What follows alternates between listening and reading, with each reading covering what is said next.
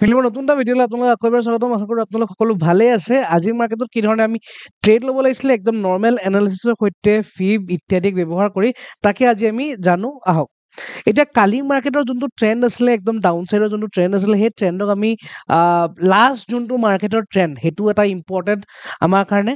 এতিয়া বস্তুটো এনেকুৱা, মই আগতেও এই বিষয়ে কৈছোঁ, আগদিনাখনৰ হাই ল' যদি আমি ফিবনাচি ইউজ কৰোঁ, তেতিয়া আমাৰ তাৰ মাজৰ 0.5 0.6 ইম্পৰ্টেণ্ট। বাট আগদিনাখন মাৰ্কেট ফল হ'ল আৰু আজি মাৰ্কেট ৰাতিপুৱাই আৰু তললৈ গুচি গ'ল, তেতিয়া আমি ফিব ক'ত ইউজ কৰিম? তেতিয়া আমাৰ ফিব ইউজ কৰিবলৈ কোনো জেগা নাথাকিব। তেনেকুৱা অৱস্থাত আমি লাষ্ট চুইঙৰ যোনটো ফিব, তাকো আমি মাৰি ইউজ কৰিব পাৰিম, তাকো আমি ব্যৱহাৰ কৰিব পাৰিম। যেনেকৈ আপোনালোকে চাব পাৰিলে, লাষ্ট যোনটো ট্ৰেণ্ড ডাউন চাইডৰ যোনটো ট্ৰেণ্ড আছিলে, ইয়াৰ পৰা যোনটো আৰম্ভ হৈছিলে, মই কালাৰটো চেঞ্জ কৰি লওঁ। লাষ্ট যোনটো ট্ৰেণ্ড ইয়াৰ পৰা আৰম্ভ হৈছিলে, এই পইণ্টটোৰ পৰা ফিবনাচি মই ইউজ কৰিছোঁ এই ৰাতিপুৱাৰ ফাৰ্ষ্ট কেণ্ডেললৈকে, বিকজ এইডোখৰ ট্ৰেণ্ড সলনি কৰাৰ চেষ্টা কৰি ওপৰলৈ গৈছিলে। Clear, right? মাৰ্কেটে ৰাতিপুৱাই এই যোনটো ট্ৰেণ্ড ক্ৰিয়েট কৰিছিলে, ডাউন ট্ৰেণ্ড যোনটো ক্ৰিয়েট কৰিছিলে, মাৰ্কেটে ৰাতিপুৱাই মমেণ্টাম লৈ ইয়াক ব্ৰেক কৰিবলৈ চেষ্টা কৰিছিলে। বাট আনফৰ্চুনেটলি মাৰ্কেটে ছাষ্টেইন কৰিব নোৱাৰিলে।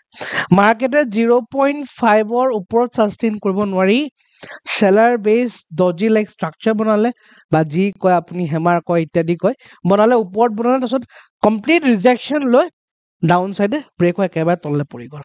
ইয়াত আৰু এটা কনচেপ্ট আমাৰ ওচৰত থাকে, স্মাৰ্ট মানি বা বিগ মানি বা বিগ চেল অফ বা বিগ বাইং পজিশ্যন যোনখিনিয়ে ক্ৰিয়েট কৰিছে। এতিয়া সদায় মনত কৰিব, মোৰ আগৰ পুৰণা ভিডিঅ'ত মই এইটো বস্তু বহুতখিনি ভিডিঅ'ত এক্সপ্লেইন কৰিছোঁ। ফাৰ্ষ্ট 5 মিনিট কেণ্ডেলৰ যোনটো 50% হয়, বহুত ইম্পৰ্টেণ্ট। ক্লিয়াৰ? বহুত বেছি ইম্পৰ্টেণ্ট।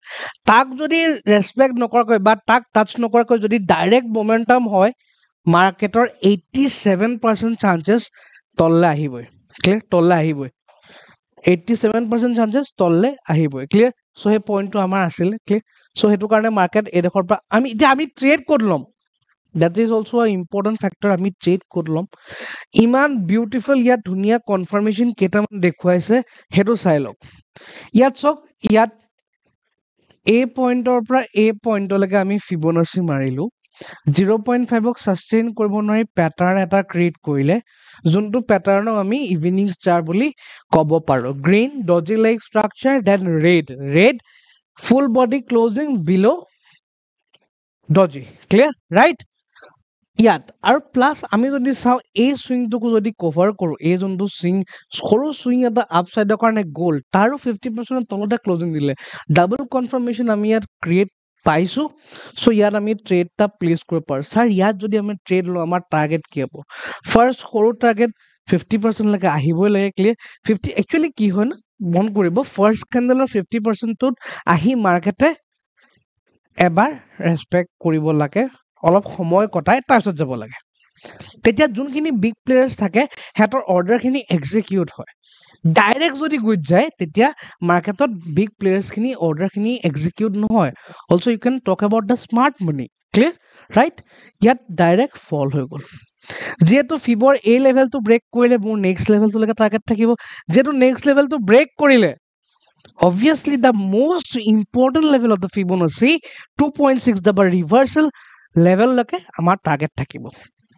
বাট ইয়াত কি হয়, ইয়াত ৰিভাৰ্চেল লৈ একজেক্টলি মাৰ্কেটে ফাৰ্ষ্ট 5 মিনিট কেণ্ডেলৰ 50%ক চুই আহিছে। কিয়?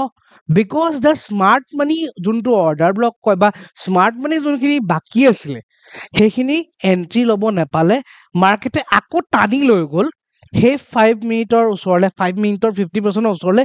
তাত গৈ যেতিয়া আকৌ এটা পেটাৰ্ণ বনালে, আকৌ ইয়াত যেতিয়া পেটাৰ্ণ বনাই এণ্ট্ৰি ল'লে, এইবাৰ market will give a exact ফল আনটিল 2.6। অবভিয়াছলি ইয়াত মানুহখিনি উলিয়াই ল'ব। এইটো কিয় মমেণ্টাম, এইটো কিয় দেখুৱালে? মানুহখিনি উলিয়াই 2 পইণ্টছ। বাকী থকা পইচাখিনিক চেলিং কৰিবলৈ ডাঙৰ প্লেয়াৰবিলাকৰ 2 পইণ্ট। যোনখিনি সৰু মানুহ, যোনখিনি ভয়ত ইয়াত সোমাইছিলেহে, সেই মানুহখিনিক উলিয়াই পঠিয়াবলৈ।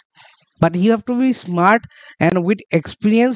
এইখিনি বস্তু যদি জানে, you can hold your trade, বা আপুনি ইয়াত ৰি এণ্ট্ৰি পজিশ্যন ক্ৰিয়েট কৰিব পাৰে so this is a very beautiful entry মোৰ আগৰ ভিডিঅ' চালে বেছি ক্লিয়াৰ হ'ব তাত মই অলৰেডি বুজাইছো ফাৰ্ষ্ট কেণ্ডেলৰ 50% কিমান ইম্পৰ্টেণ্ট লেভেল হিচাপে কাম কৰে ক্লিয়াৰ আৰু এক্সেক্টলি আমাৰ ইয়ালৈকে টাৰ্গেট সো ইয়াত এই কনসেপ্টটো দি থোৱা আছে আৰু ইয়াৰ আমি এই টাৰ্গেটটো কেনেকৈ পালো সেইটো মই ইয়াত বুজাই দিছো চাই লওক এইটো হৈছে আমাৰ পইণ্ট এ এইটো হৈছে পইণ্ট বি এই তাৰপিছত ইয়াৰ পৰা ইয়ালৈ গৈ যোনটো ৰিট্ৰেচমেণ্ট ল'লে from point B to C সেই ৰিট্ৰেচমেণ্টটো যদি আমি ফিবনাচি ব্যৱহাৰ কৰোঁ তেতিয়া আমি এক্সটেণ্ডেড লেভেলছ কিছুমান পাওঁ ইয়াত আপুনি চাব পাৰে ইয়াত ওপৰৰ পৰা তললৈ পৰিলে ৰিট্ৰেচমেণ্টত আমি ফিব ব্যৱহাৰ কৰিলোঁ market will go into those reversal levels such as 2.6 and 3.6 clear hole so exactly market a retracement to ami marilo